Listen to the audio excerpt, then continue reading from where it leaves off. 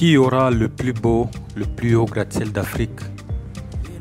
De grandes villes d'Afrique, ou principalement les capitales africaines, se sont lancées depuis quelques années dans une course à la hauteur, avec des projets d'envergure, notamment de gratte-ciel, symbole de l'émergence du continent africain.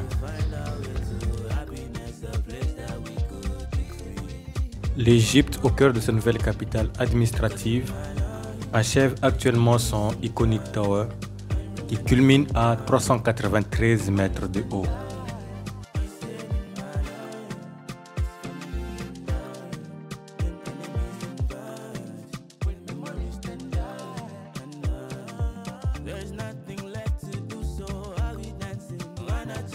Dans sa capitale, à Rabat, le Maroc lui a sa tour Mohamed VI, qui affiche 250 mètres de haut.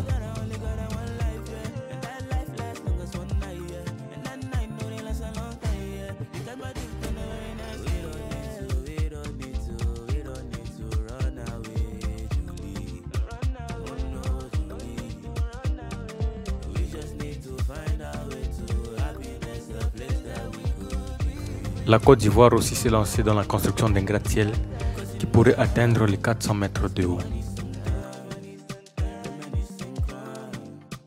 3 pays, 3 capitales dans la course à la hauteur.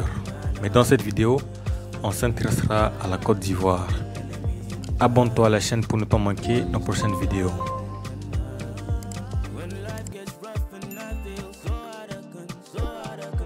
Inscrite dans les plans d'urbanisme depuis 1970, la tour F, conçue par l'architecte Pierre Fakory, est la 6e tour du centre administratif de la ville.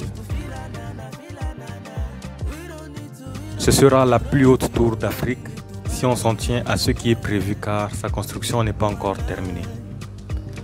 Sa géométrie est symétrique comme un masque africain. À la demande de BZX, le bureau Grech a réalisé les études d'optimisation, d'exécution de la structure en béton et des cadres métalliques et participe à la synthèse du projet. Haute de près de 400 mètres, la tour comptera 72 étages de bureaux et un auditorium de plus de 200 places au premier étage.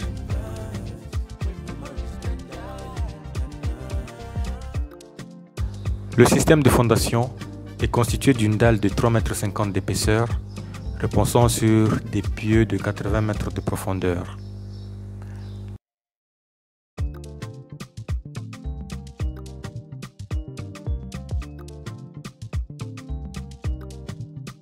Le bureau d'études Grech a participé aux études d'interaction sol-structure. La superstructure entièrement coulée en place est entreposée par un noyau central. Les études d'optimisation réalisées par le bureau Grech ont permis une nette optimisation de l'épaisseur des parois. Les colonnes périmétriques suivent les bords des facettes de l'enveloppe extérieure et présentent donc des inclinaisons variables. Au pied de la tour, les structures de déflexion en acier limitent le nombre de colonnes et ouvrent autant que possible l'accès au bâtiment.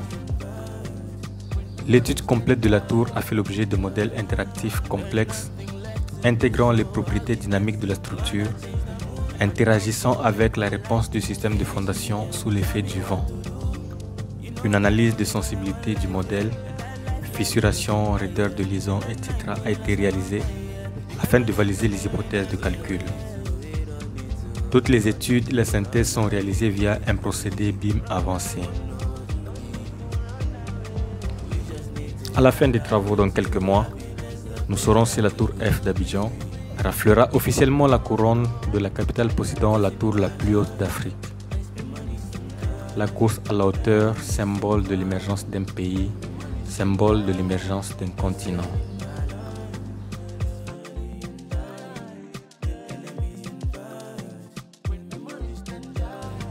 Restez connectés, abonnez-vous à la chaîne si ce n'est pas encore fait pour ne rien manquer de l'évolution du projet de la tour F d'Abidjan.